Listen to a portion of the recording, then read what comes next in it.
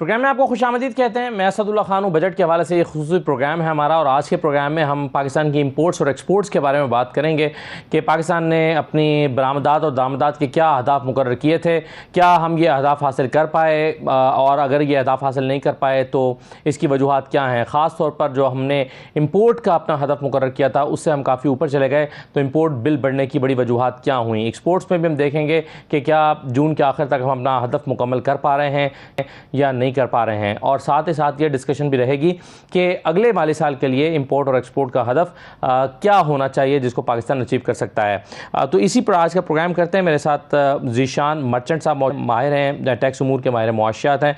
बहुत शुक्रिया। डॉक्टर सलमान शाह साहब हमारे साथ मौजूद हैं, साबिक़ वज़ीर ख़ज़ाना है। आपका भी बहुत शुक्रिया डॉक्टर साहब। दीगर मेहमान भी प्रोग्राम में शिरकत करेंगे, उनका तारुफ मैं आगे चल के आपसे कराऊँगा। लेकिन पहले डॉक्टर सलमान शाह साहब, आप कैसे देखते हैं पाकिस्तान अपने जो एक्सपोर्ट्स का हदफ मुकर्रर किया था 31.2 बिलियन डॉलर का, हम इसको हासिल कर पा रहे हैं? क्योंकि वैसे तो पिछले साल के मुकाबले में जो हमने अभी तक के फिगर्स देख रहे हैं इसमें हमें ग्रोथ देखने में आई है। पिछले साल के मुकाबले में हमने ज़्यादा हासिल किया है, लेकिन ये जो 31.2 बिलियन डॉलर का हदफ था ये हासिल हो पा रहा है? जी, हो जाना चाहिए, लेकिन इस वक्त जो कीमतों में इजाफा किया जा रहा है पर्टिकुलरली एनर्जी सेक्टर में, उसकी वजह से आपकी एक्सपोर्ट पे इफेक्ट हो सकता है। क्योंकि आप देख रहे हैं कि अभी कल ही आई थिंक फैसलाबाद में ओजरी एसोसिएशन ने प्रेस कॉन्फ्रेंस में भी कहा कि उनको अपने सौदे पूरे करने में बड़ी दुश्वारी हो रही है। तो आई थिंक उस किस्म की डिस्ट्रप्शन तो हो सकती है, लेकिन मेरा हर टारगेट तक हम पहुंच जाएंगे।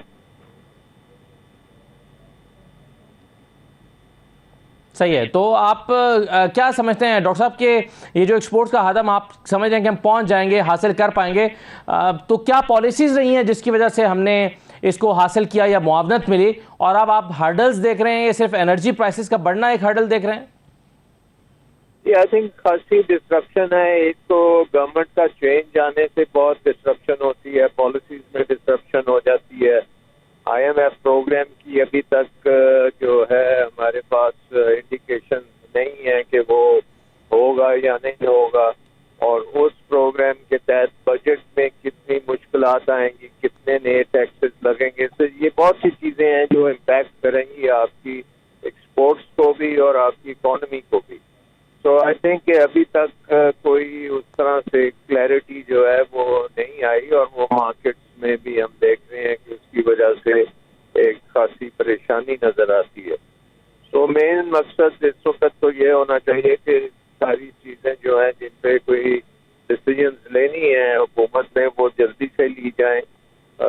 IMF प्रोग्राम को जल्दी से जल्दी अनाउंस हो जाना चाहिए कि बहाल हो गया पाकिस्तान के लिए, और जितने भी पाकिस्तानियों को पता होना चाहिए कि एग्जैक्टली हमारा क्या क्या शराइत हैं जो हमने पूरी करनी है, और उसके लिए फिर कमर बांध लें हम।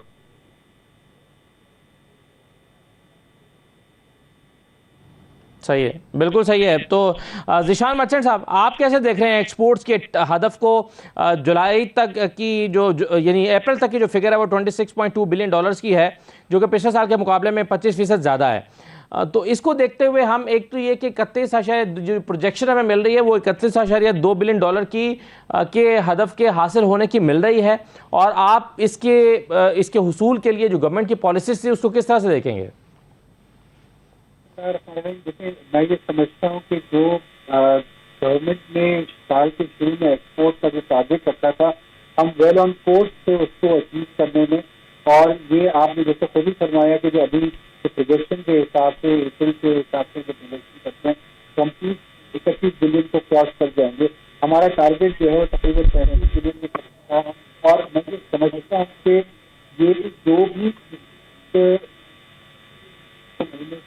महीने से अनसर्टेन हुई है, एक पूरा चेंज ऑफ गवर्नमेंट हुई है, तो उसके बाद जो है यकीनन हमारे जो इंटरनली जो हमारा ट्रेड है वो उसने सफर किया है, और उसकी वजह से कहीं ना कहीं उसका इम्पैक्ट जो है हमारी एक्सपोर्ट्स पे भी आएगा।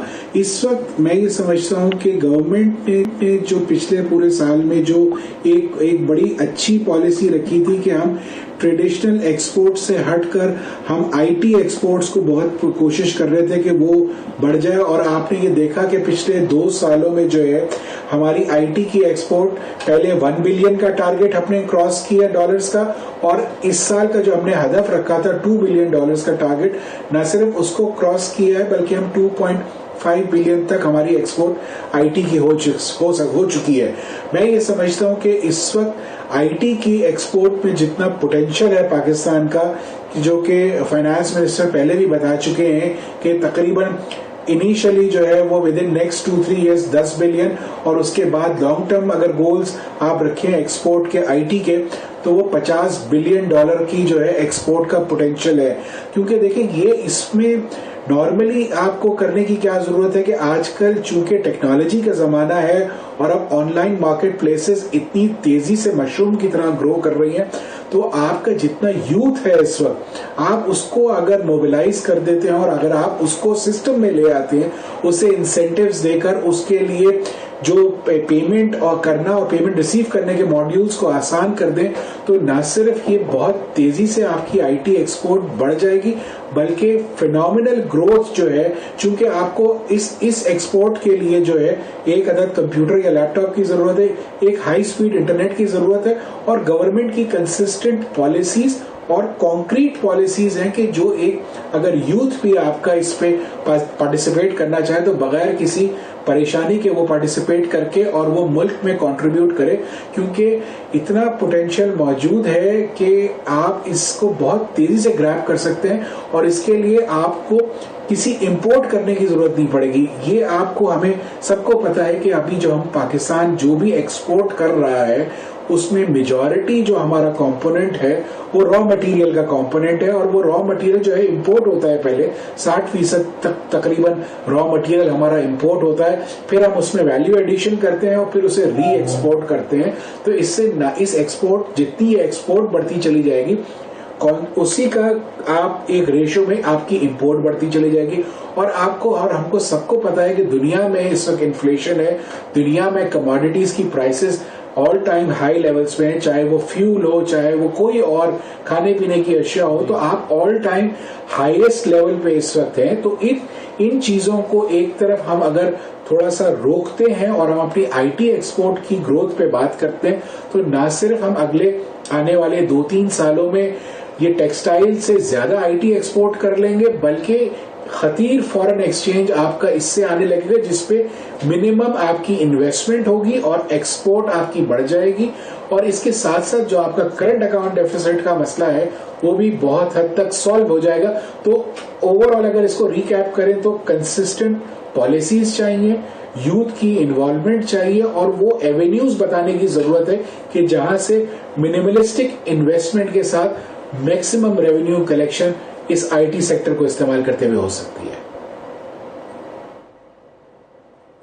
सही है, बिल्कुल सही है। लेकिन आपने बिल्कुल जैसे जिक्र किया कि हमें आईटी सेक्टर में और ट्रेडिशनल जो एक्सपोर्ट्स हैं उससे हटकर भी सोचना होगा। जुबैर तुफैल साहब मेरे साथ मौजूद हैं, साबिक सदर एफपीसीसीआई। जुबैर साहब बहुत शुक्रिया। ये सर बताइए कि न सिर्फ आईटी बल्कि गवर्नमेंट ने पाकिस्तान में और भी चीज़ों का पोटेंशियल है आईटी के साथ साथ, जैसे हलाल फूड जो है या मीट का या लाइव स्टॉक का जो की प्रोडक्ट्स हैं उसकी एक्सपोर्ट्स का काफ़ी एक पोटेंशियल मौजूद है। इसके अलावा पिछली हुकूमत ने हैम की प्रोडक्शन की तरफ काफ़ी तवज्जो दी थी, उसका इम्पैक्ट तो शायद 1-2 साल बाद आए, लेकिन यह है कि इस काफ़ी जो है वो हम गारमेंट्स या टेक्सटाइल से हटकर जो है वो नई चीज़ों में फोकस कर सकते हैं जिसके नतीजे में हम अपनी एक्सपोर्ट्स को बढ़ा सकते हैं। आप क्या देखते हैं कि अगला जो हदफ है हमारा क्या होना चाहिए और उसके लिए हमें किन एरियाज को टारगेट करना होगा? देखिए, अभी जो हमारा हदफ जो एक्सपोर्ट्स का है वो तो गुज़िश्ता कई सालों से 25 बिलियन डॉलर के आसपास ही चलता रहता था, और इस दफा पहली दफा होगी कि हमारी टोटल एक्सपोर्ट जो है वो 30 बिलियन डॉलर से एक्सीड करेंगी।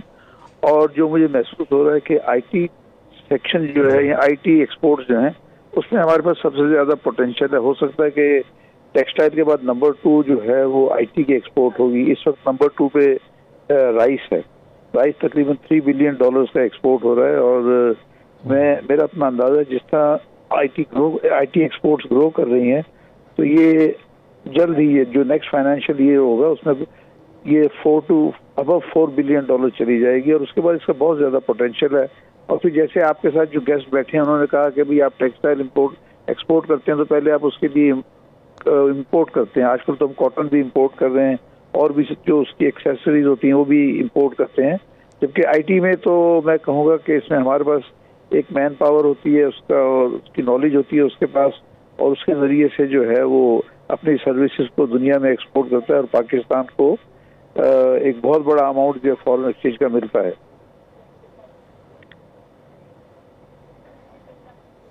सही, हेलो, बिल्कुल सही है। चलिए सर, एक छोटा सा ब्रेक लेता हूँ प्रोग्राम में। ब्रेक के बाद वापस हमारा जो इंपोर्ट बिल है वो ज़्यादा क्राइसिस में है। हम अपने एक्सपोर्ट्स के हदफ को तो हासिल कर पा रहे हैं, लेकिन उसकी वजह से इंपोर्ट्स हमारी बढ़ गई हैं। तो क्या हमने इंपोर्ट्स की कॉस्ट पे अपना एक्सपोर्ट का हदफ पूरा किया है, और ये जो इंपोर्ट हमारे टारगेट से ज़्यादा चली गई उसके क्या नुकसान हुए हैं? एक छोटा सा ब्रेक लेते हैं, ब्रेक के बाद इस पर बात करते हैं। दोबारा आपको खुशामद कहते हैं। ज़िशान मर्चेंट साहब, ये बताइए कि हमने जो अपनी एक्सपोर्ट्स का हदफ हासिल किया, क्या यह हमने इंपोर्ट्स का बिल बढ़ाकर या इंपोर्ट्स की कॉस्ट पर तो नहीं किया? क्योंकि हम ये देख रहे हैं कि हमारा जो इंपोर्ट का हदफ था $55 बिलियन का, वो 9वें महीने में ही ब्रीच हो गया था, और हम जो है वो अभी कोई 65 और 70 के दरमियान में फैल रहे हैं, जो कि एक बड़ी अलार्मिंग सी चीज़ है। और दूसरा ये भी ज़रा कह दीजिएगा, हम ये अभी एक्सपोर्ट की बात कर रहे थे, तो एक्सपोर्ट्स में हलाल फूड जो है उसमें कितना पोटेंशियल है? देखें, मैं आपको दूसरे सवाल का पहले जवाब देता हूं। हलाल फूड की एक्सपोर्ट का, या हलाल फूड की जो इंटरनेशनल मार्केट है वो $415 बिलियन की है। और आपको ये जान के हैरत भी होगी कि इसमें से जो 66 बिलियन से ज्यादा का जो एक्सपोर्ट है वो 5 कंट्रियां करती हैं, और वो 5 कंट्रियां जो है वो नॉन मुस्लिम कंट्रियां हैं, जिसमें ब्राजील है, इंडिया है, यूनाइटेड स्टेट्स है, रशिया है और अर्जेंटीना है। ये वो 5 मुल्क हैं जो आपकी हलाल फूड की, यानी जिसमें हलाल गोश्त जो है वो एक्सपोर्ट करते हैं, हलाल प्रोडक्ट्स को एक्सपोर्ट करते हैं। तो ये $415 बिलियन की जो है, एक तरफ ये मार्केट सिर्फ हलाल फूड और प्रोडक्ट्स की है, और अगर आप हलाल प्रोडक्ट्स की मार्केट की ओवरऑल बात करते हैं जिसमें मीट और फूड आइटम्स को हटा दें, तो तकरीबन $3 ट्रिलियन की मार्केट है। ये $3 ट्रिलियन की मार्केट है, जिसमें मुसलमान कंट्रीज का कोई भी नाम नहीं है कि जो टॉप एक्सपोर्टर्स में से आए। तो इसमें आप ये देखिए कि कितना ज्यादा पोटेंशियल है। यानी टूथब्रश से लेकर, यानी हलाल सर्टिफाइड प्रोडक्ट्स में टूथब्रश भी आता है, टूथपेस्ट भी आता है, और छोटी छोटी वो बहुत सारी चीजें आती हैं कि जिसको अगर हलाल सर्टिफिकेशन करवा ली जाए तो न सिर्फ पाकिस्तान एक बहुत बड़ा उसमें एक्सपोर्ट में रोल कंट्रीब्यूट कर सकता है, बल्कि ये बहुत सारी वो चीजें हैं कि जिसका रॉ मटेरियल भी पाकिस्तान में ही अवेलेबल है। तो ये आपको, अगर आप इस चीज को करते तो आपका इससे इंपोर्ट बिल पे भी बड़ा फर्क पड़ेगा।